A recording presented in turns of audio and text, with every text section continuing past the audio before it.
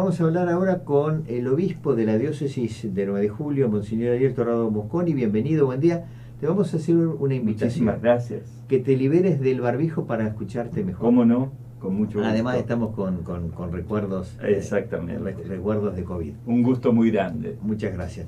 Bueno, primera pregunta que es más, ¿cómo te puedo decir? Para romper un poco el hielo. Ya me imagino por dónde va a venir la primera pregunta. Y creo que mi cara ya lo refleja, ¿viste? Contento con los 4 goles de River. Obvio. Pero bueno, ayer lo festejé solo allí en mi casa, no salí a la calle, pero realmente bueno, ha sido un partido muy bueno y la verdad que lo hemos disfrutado mucho. Bueno, la providencia hoy quiso que desde la primera nota hasta ahora contigo todos sean de River. Mirá vos, bueno, mirá eso ha sido... No sé si preparado, ya sabiendo seguramente cuál iba a ser el resultado, porque... No hicimos la agenda ni por el club de fútbol ni por el resultado. Qué bueno. Bueno, pero nos viene bien compartir un poco de alegría, así que viene bien. Yo también lo disfruto, más allá que simpatizo con Racing, porque tengo mi hija de River que está muy buenísimo. Y cuando hizo el primer gol, ya me mandó un mensajito: hola papi, me puso gol al lado. Obvio. Entonces le llamé y le dije: disfruta enormemente. Tal cual. Le digo: y van a llegar hasta 3. Yo le dije 3. Me quedé corto. Te quedaste corto, exactamente. Sí. Pero es verdad. Pero bueno, has tenido en estas horas una jornada con todos los sacerdotes de la diócesis. Así es. Reunidos en el monasterio de los Toldos. Exactamente. ¿Cuál es ese tipo de encuentros? Bueno, todos los años tenemos un encuentro que le llamamos Semana de Estudio. Es una semana que dedicamos a la formación permanente de los sacerdotes, ¿no es cierto? Cada día más tenemos presente los sacerdotes que el seminario que hemos recibido cuando éramos jóvenes, y bueno, no es suficiente para responder a los desafíos teológicos, pastorales, espirituales que tenemos los sacerdotes, y por lo tanto todos los años tenemos una semana de retiro espiritual que solemos hacer también allí en el monasterio de los Toldos, que es una semana de oración, de silencio, de escucha de la palabra de Dios. Y luego tenemos también en el segundo cuatrimestre, suele ser antes de los últimos meses del año, esta semana dedicada a la formación permanente, ¿no? A la cuestión del estudio. Y bueno, hemos tratado fundamentalmente 2 temáticas, si bien han salido muchas problemáticas y muchos temas. El primer día vino a hacernos una iluminación el obispo de la diócesis de San Miguel, que se llama Damián Nanini. Es un biblista, y nos dio un tema muy interesante, que es, cómo volver a nuestra vida normal después de la pandemia, ¿no? En este sentido, él utiliza una imagen bíblica, que es la imagen del exilio. El pueblo de Israel en un momento es exiliado, es sacado de su tierra y es llevado a Babilonia, a un país extranjero. Y después, a través de un edicto que hace el rey de Persia, entonces el pueblo puede volver después de muchos años a su tierra. Pero cuando vuelve ya no es el mismo, claro, ya es otro. Esa experiencia de vivir lejos de su tierra marcó de manera muy peculiar a ese pueblo. Y y de manera especial nos ha ayudado a reflexionar, ahora después de la pandemia, volver a nuestras tareas pastorales habituales y comenzar esta nueva etapa en la incertidumbre, ¿no es cierto? Porque tampoco al ver la realidad de Europa podemos hablar de una pospandemia, porque no sabemos bien cómo va a ser. Ayer autoridades nacionales y provinciales están advirtiendo un aumento de casos. De casos. Exactamente.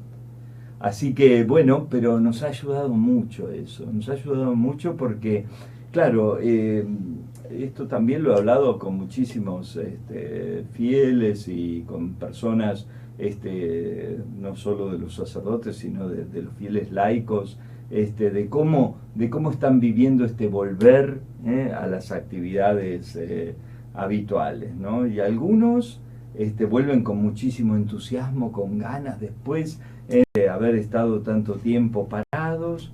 Otros les cuesta arrancar, Claro. es como que seguimos con pantuflas, ¿no?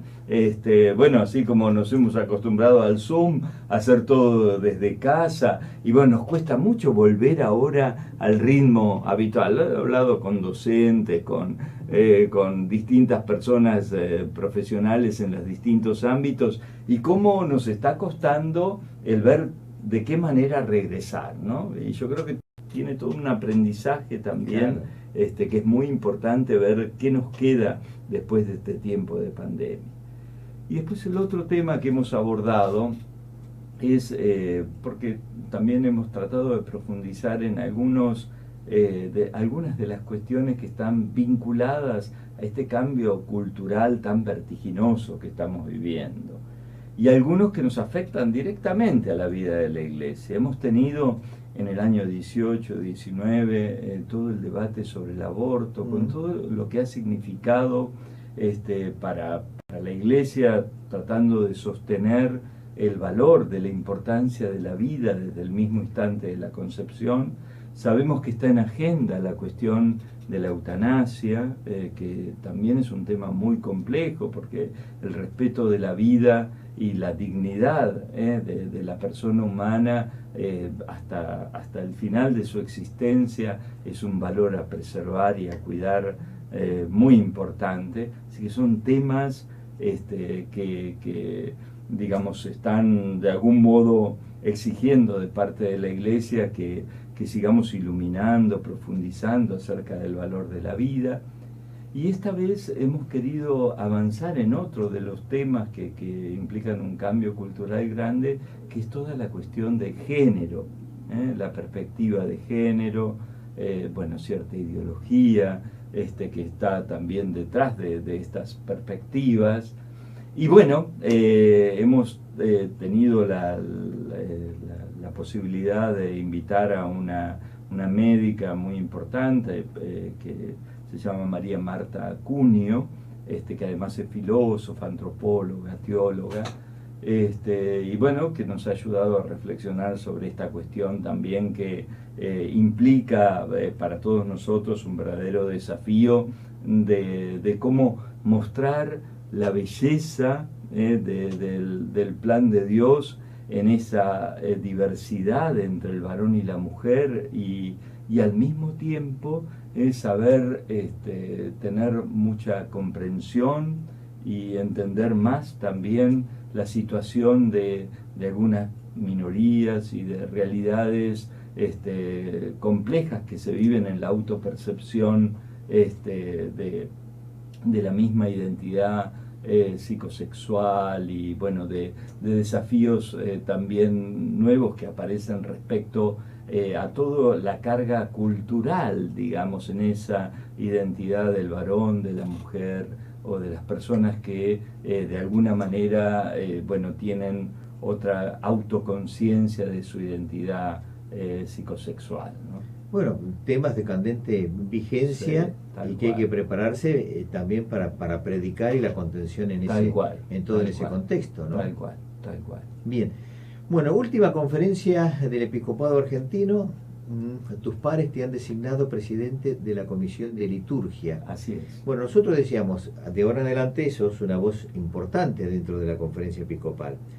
Pero poniendo todo eso en blanco y negro, ¿qué significa desde los mensajes desde la liturgia? Tanto de interés para los pares o de interés para nosotros los ciudadanos que seguimos con atención. A mí me parece muy importante esta misión, ¿no?, en el ámbito de la liturgia. La liturgia es la oración de la Iglesia. Y me parece que en estos tiempos de tanto secularismo, es tan importante el que las personas que se acercan a la iglesia puedan tener una experiencia de Dios, una experiencia de oración, una experiencia de encuentro con el Señor, ¿no? Y digo la palabra experiencia, me parece muy importante eso. Es distinto a ir a hacer un rito, ¿no? A veces vamos a la iglesia, vamos a la misa dominical, los creyentes, los practicantes, y vamos a cumplir con un precepto. Correcto. O a veces vamos a un bautismo, a una primera comunión, a un responso, a la misa de un difunto, como cumpliendo con un rito. Pero hay que ver si ese rito está celebrado de tal manera que nos permite realmente tener un encuentro personal con Dios. Si los toca por dentro. Exactamente. Entonces, si hay un documento maravilloso del Concilio Vaticano II referido a la liturgia que nos dice cómo lo visible en la liturgia nos tiene que remontar a lo invisible, lo material a lo espiritual. Y a veces eso no se da, digamos, uno está, a veces por carencia que podemos tener los sacerdotes, ¿no? Se nos insiste mucho hoy en el ars celebrandi, el arte de celebrar, celebrar la liturgia de tal manera que permita a los fieles, elevar su alma, su corazón a Dios, es muy importante. El arte de celebrar por parte del sacerdote y por parte de los fieles, el tener esa mirada contemplativa de tal manera que la música, la belleza de la simplicidad de los signos de la liturgia me estén remitiendo a un encuentro con Dios, ¿no? Así que, es todo un desafío y me voy a esmerar especialmente para poder, acrecentar esta formación en los sacerdotes y en los fieles todos, para que podamos vivir de manera muy especial la celebración de la liturgia. Vos sabés que la liturgia es el arte de lo que no se ve y hay que resaltarlo. El aire no lo vemos, nos permite el vivir diariamente. Exactamente. La música moviliza y une lo espiritual y el alma, cosas que no se ven. Tal cual. Y que terminan transmitiendo sensibilidad fuerte que uno la puede reflejar y exteriorizar desde la mirada, un gesto, una palabra, pero que tiene una enorme profundidad. Te interrumpí para que la gente interprete la importancia que tiene. Sin duda. Vos hablabas de la música, y fíjate, la música litúrgica, la música religiosa, es muy importante, ¿viste? La palabra se hace poesía, ¿no? Cuando quiere expresar el amor, cuando quiere expresar lo inefable, el misterio. Y la poesía se hace música, digamos, como la expresión más sublime. Y vos sabés que en el inmediato postconcilio Vaticano II, que nosotros lo hemos vivido cuando éramos niños, ¿no? Hubo una gran riqueza cuando pasó la misa del latín, de ser la misa como se solía decir, a veces no es tan de espalda al pueblo, en realidad es de cara a Dios, ¿no? Pero que era la misa de espalda al pueblo y en latín, donde poco se podía participar de la celebración.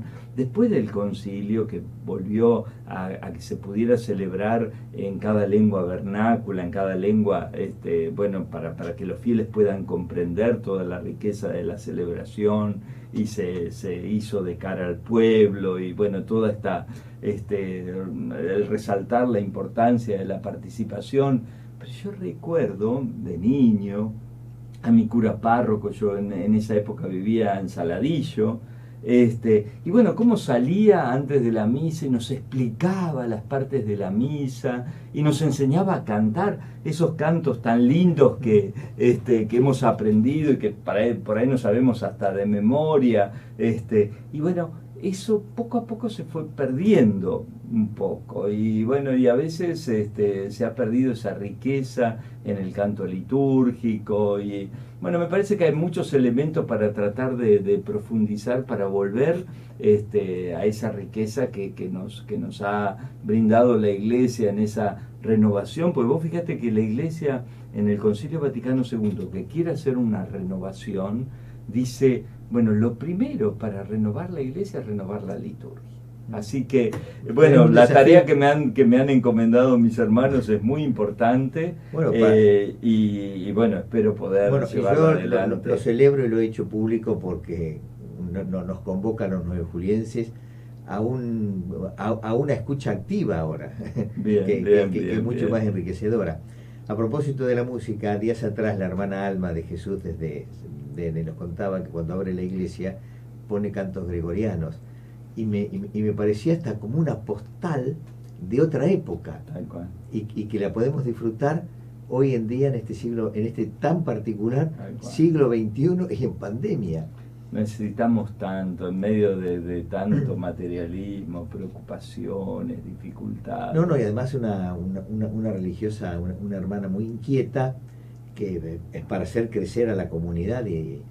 Ahí Deney está, bueno, tiene una serie de posibilidades hoy, que bueno, es una gracia de Dios, ¿no? La presencia de la hermana Alma, bueno, ha traído un empuje grande, y hay otras iniciativas que vos bien conoces también, gastronómicas o culturales, que están muy buenas, porque nos ayuda. Es tan importante que nuestros pueblos, nuestras localidades más pequeñas del interior de nuestro partido, bueno, cobren una identidad que sin duda la tienen, pero que se pueda sostener en el tiempo, ¿no? Que los jóvenes y las familias tengan posibilidades también de realización a través de diversas iniciativas. Y a veces en estas pequeñas localidades, una persona con empuje que llega a uno de estos nuestros pueblos, deja una impronta muy interesante. Bueno, 1 de diciembre, miércoles que viene, estás cumpliendo ya al frente de la diócesis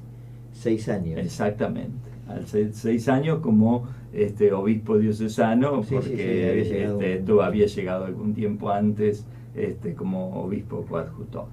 Así que sí, 6 años es un lindo periodo. Te diría que es el tiempo necesario para conocer bien la realidad a la cual el Señor pero procurás conocerla, porque la diócesis, a través de 17 distritos, que tiene una distancia muy importante, ya la has recorrido más de una vez. Muchas veces. Muchas veces. Más de una vez en 6 años. Sí, yo no sé si lo sabe todas las personas, todos los oyentes, ¿no? Pero yo suelo hacer, bueno, por supuesto que en este tiempo de pandemia estuvo más reducido, pero más de 1000 kilómetros por semana, digamos, recorriendo cada una de los 17 partidos que corresponden a nuestra diócesis de 9 de julio, no solo las ciudades cabeceras, sino cada una de las localidades. Así que a veces, bueno, tengo que estar menos tiempo aquí en la ciudad de 9 de julio, porque precisamente hace falta tener esa presencia. Vos sabés que a Santo Toribio de Mogrovejo, que él fue obispo de Lima y es patrono de los obispos de América Latina, se le quejaban los limeños, porque decían que el obispo se iba y que por ahí pasaba 1 o 2 años que no volvía a Lima. Sí, claro, pero claro, imagínense lo que era esa diócesis de Lima en aquella época, sí, que eran países enteros a caballo, mula o carreta, así que sí.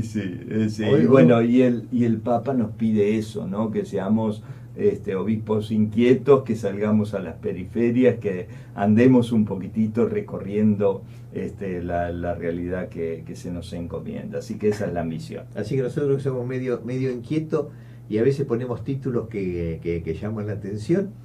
Me estás diciendo 1000 kilómetros semanales, 52 semanas, estamos hablando de 52.000 kilómetros al año. Por lo menos. al cabo de 6 años ya diste la vuelta al mundo 2 veces. Bueno, viste que ahora hay una aplicación de Google que te lo presenta, así que todos los años doy una vuelta al mundo, ¿viste? Así que el obispo de Julio da la vuelta al mundo predicando. Es verdad, en es kilómetros. verdad, es verdad, es verdad. Mirá qué título que tiene. Es verdad. Mirá vos lo que es tu capacidad periodística para poner un título. No. Un poco me divierte. Es verdad. Y además me permite esa charla contigo por tu manera de ser tan tan cálida y constantemente tan amigable para que le simpatiza también a los oyentes y a quienes te están viendo ahí en imagen.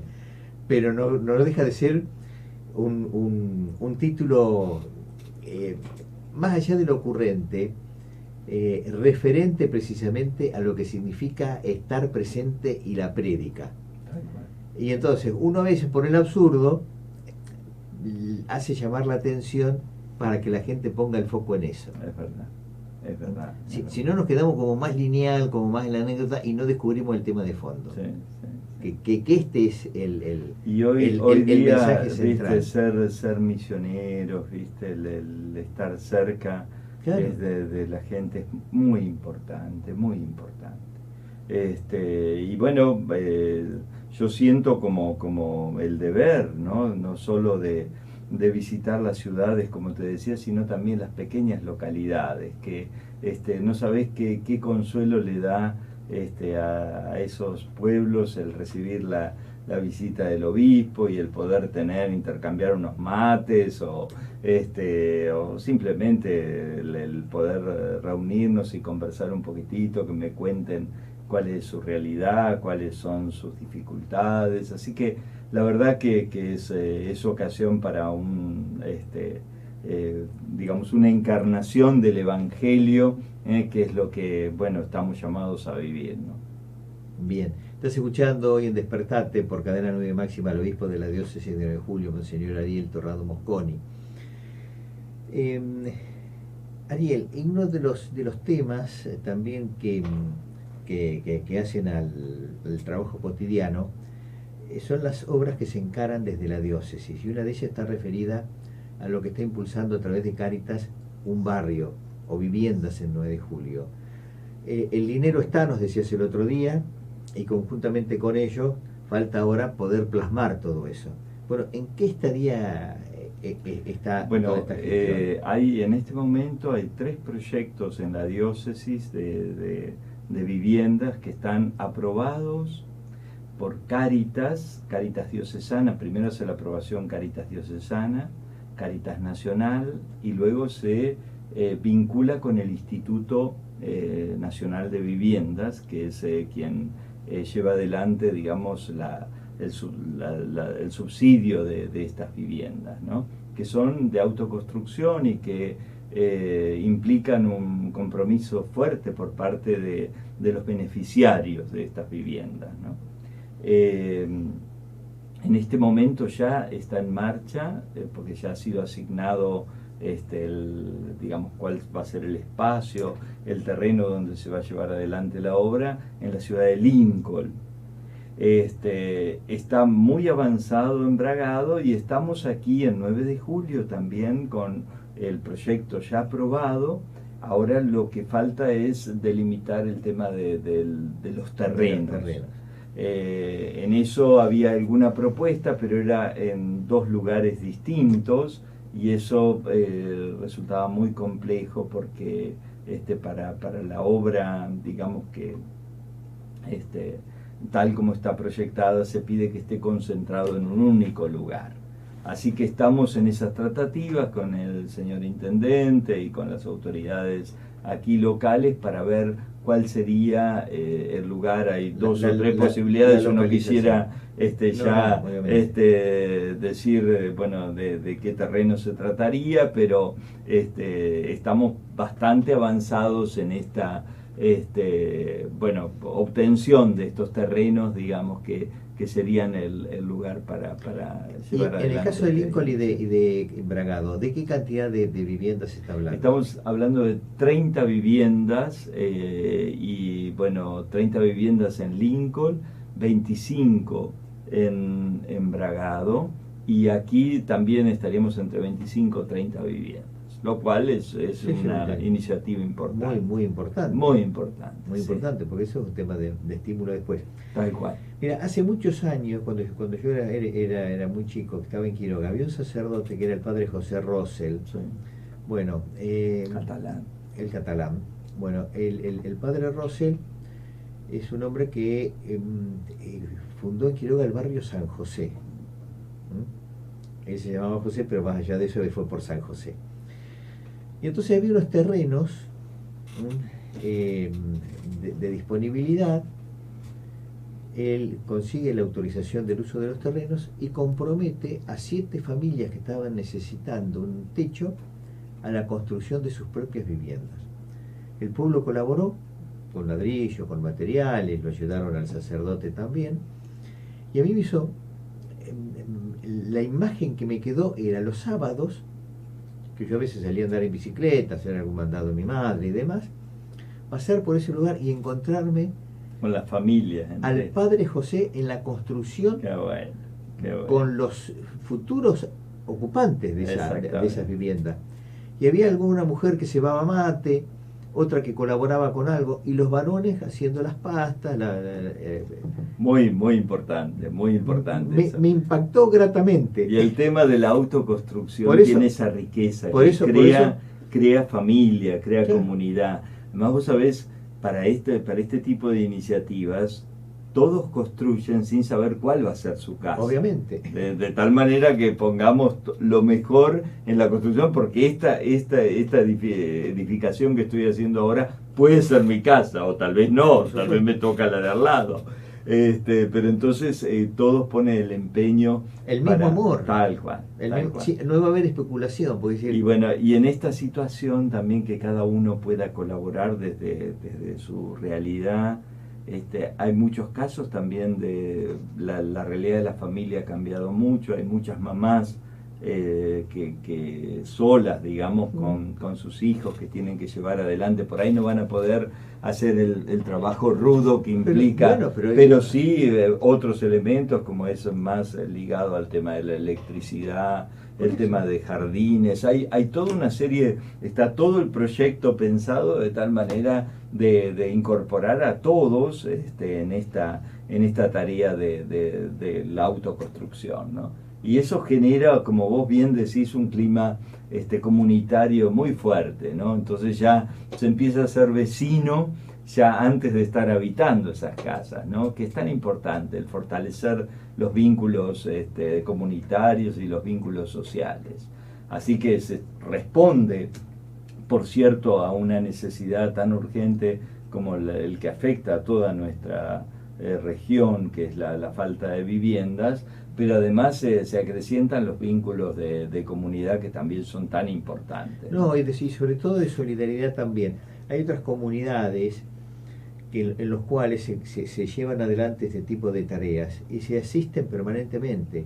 Incluso ya cuando los barrios, los lugares están desarrollados, si alguien necesita algo, hacer un acomodamiento después en una vivienda, se organizan grupos, sobre todo los fines de semana, que cuando tienen mayor disponibilidad, y van precisamente en conjunto a solucionar ese problema. Hoy por ti, mañana por mí, y viceversa. Se va haciendo todo. Ya lo estamos viviendo también con el proyecto Mejorando Hogares, que ya he comentado en otra oportunidad aquí, que se trata más bien de proyectos más discretos, que lo hacemos a través de lo obtenido en la colecta de Cáritas diocesana, donde ahí procuramos el ayudar en mejorar algún hogar, haciendo una piecita más, arreglando un baño, arreglando una cocina. Y bueno, y es tan importante todo ese trabajo comunitario donde todos damos una mano para poder ayudar a salir adelante a una familia. No, y además me lo imagino esto cuando empiece a desarrollarse, que el 9 de julio, ojalá que pronto. Me lo imagino al padre José, que es muy inquieto. Ah, sí, no para el padre José. De albañil. Bueno, ahora hemos tenido con el tema habrás visto de la fábrica láctea que se ha quemado. bueno, cómo estuvieron ahí los padres, las religiosas, bueno, y tanta gente, profesionales, Sí, trabajadores, bueno, fue algo realmente más allá del hecho tan doloroso. La verdad que yo me sentí orgulloso de ser nuevejuliense, ¿no? Ver cómo toda la comunidad salía a dar una mano para... el nivel de impacto que ha tenido en lo afectivo, gente que mandaba mensajes llorando, Sí, impresionante. y sin conocer a las personas, Sí, impresionante. porque se iban enterando de una empresa muy importante que se había destruido, pero por sobre todo la comunión de familia que se había originado, absolutamente en el trabajo de todos los días. Bueno, y a el padre José imparable, lo habrás visto, todo tiznado y sucio ahí en medio de, Bueno, organizando ahí todo el trabajo. Por eso mismo me visualizaba ojalá que se dé esta iniciativa. Dios quiere que así sea, que lo nos va vamos a ver mucho bien gratamente como comunidad, y ojalá, ¿no? Bueno, hoy gracias a Dios ya se están haciendo gestiones para que esta láctea otra vez esté en un tiempo no muy lejano. Dios quiera que así sea. Restablecida, que así sea. Y seguramente con creces. Y habrá que descubrir, por lo menos los que tenemos fe, qué mensaje está detrás de todo eso, ¿no? De este accidente. Yo creo que todos hemos aprendido y sacó lo mejor de nuestra comunidad nuevejuliense, ¿no? Yo la verdad que estoy orgulloso de 9 de julio, orgulloso de... A lo mejor con el tiempo descubrimos el mensaje que encierra todo esto. Tal cual. A priori, a mí me hizo el mensaje que leí en principio es el de la solidaridad que afloró con mucha fuerza. Es verdad. En un momento de angustia y de desesperanza, no solo por el episodio del siniestro, sino en el contexto social en el que estamos. Tal cual. Que hay cierta tristeza, que hay cierta desesperanza. Y sin embargo la gente encontró un motivo para todo eso ponerlo bien arriba. Tal cual. La solidaridad y que se puede. Tal cual. Y creo que ese es un mensaje que nos está dejando la tristeza del siniestro. Sin duda. Hay veces que los hechos dolorosos y las situaciones difíciles sacan lo mejor de nosotros. Y la historia de la humanidad tiene eso, ¿no? Bueno, lo hemos vivido de manera muy peculiar en el 2001. Yo recuerdo en esa época estaba en una parroquia, en un barrio en Buenos Aires, y bueno, yo jamás vi tanta gente con un espíritu solidario para salir adelante como en aquel momento, ¿no? Bueno, todo el mundo se arremangaba para poner lo mejor de sí, para crear comedores y bueno, generar el espacio para ayudar a los chicos, ayudar a las familias. Así que bueno, los argentinos tenemos mucho de esto, ojalá que nunca lo perdamos, y bueno, y ese es el capital, digamos, humano que tenemos y la riqueza que yo creo que nos tiene que ayudar a todos a tener más esperanza y a no dejarnos vencer aún en estos tiempos difíciles. Bueno, 2 preguntas finales. La primera, ¿cómo marcha el tema Cardenal Piroño, que el 3 de diciembre venidero se cumplirían 101 años del aniversario de natalicio? Bueno, muy bien, digamos, el proceso de beatificación, de canonización, está en marcha, y bueno, vos sabés que tiene distintos pasos este proceso. El último pasito que se ha dado es el tema de los peritos que han analizado lo que se llama las virtudes heroicas. O sea, se estudia después de toda la presentación que se ha hecho de la vida del cardenal Pironio, a ver si ha habido una vida virtuosa realmente destacada, y bueno, eso lo analizan teólogos y bueno, una cantidad de peritos al respecto, y bueno, han declarado favorablemente estas virtudes heroicas. Ahora eso pasa a los señores cardenales de la Congregación para la Causa de los Santos, y una vez que eso se aprueba, se declara venerable, así se llama. Ya ahora el cardenal Pironio lo llamamos siervo de Dios, que es cuando está introducida la causa, aprobada la causa del proceso de canonización.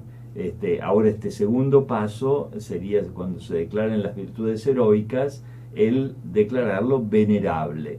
Y luego sería el paso de la beatificación, ya al probarse el milagro, que bueno, ya ha sido presentado también, como bien conoces, a raíz de un niño que había inspirado purpurina, y bueno, que ya está muy bien presentado, según se nos ha dicho, con todos los certificados médicos que corresponde. Después tendrá que ser la aprobación en concreto, después que se lo declare venerable, de este milagro, ¿no?, atribuido al cardenal Pirón. Bueno, y se abrió el camino del padre Mario Pantaleo. Así es, ahí se ha iniciado, está recién el inicio del proceso allí en Buenos Aires. Que va a cubrir todos en mismas etapas. Exactamente.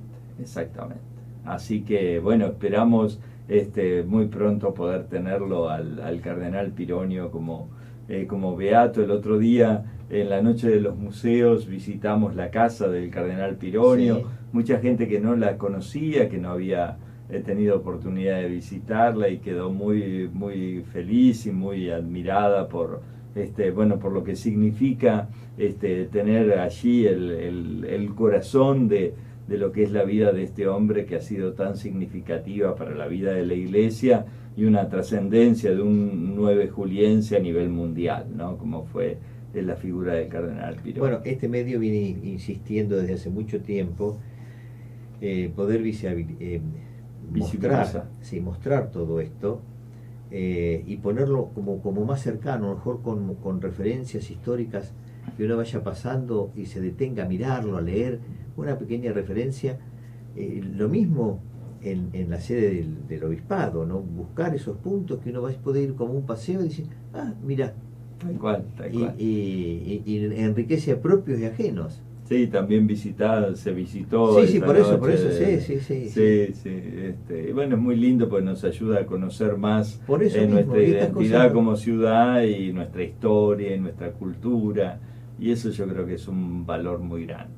Bueno, la primera Junta de Gobierno, cuando se inicia el 9 de julio, ya en 1863, al poco tiempo, la construcción funcionaba donde está el edificio ahora de donde estamos hablando nosotros. Acá nace lo institucional de la ciudad de 9 de julio. Y entonces eso tiene un valor importante, porque, yo insisto, hay que poner una referencia cuando caminamos todos los días, bueno, ¿qué es lo que pasó? Porque es a las raíces y a los hechos, tal cual. Y que quede como una referencia. Es muy importante eso, muy importante, es verdad. Y sí, porque uno sale a caminar y todos los días puede ir descubriendo algunas. Así es. Bueno, muchísimas gracias por estar hoy en Despertate. Encantado. Si querés dejar algún mensaje final, el mensaje final para el domingo. El domingo viene un tema muy importante. Nos tenemos que preparar para Navidad. Para el Adviento, exactamente. Empieza el Adviento. Exactamente, sí. Bueno, y yo creo que el mensaje, es este mensaje de esperanza del Adviento, ¿no?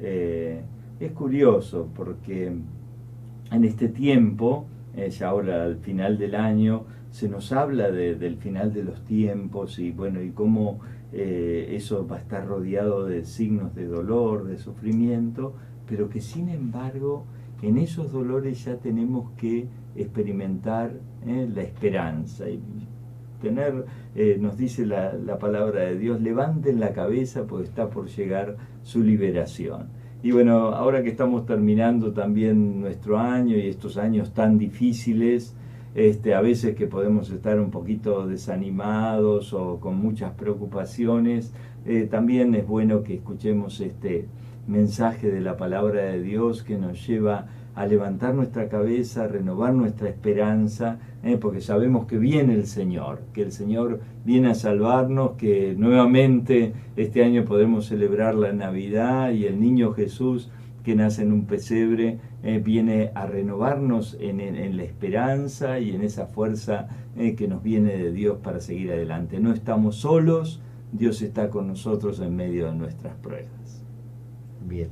Muchísimas gracias por el gesto, como siempre. Encantado. Y que Dios te bendiga. Gracias por recibir. Al contrario. Bueno, brevísima pausa, y en los minutos finales, alguna información y cerramos.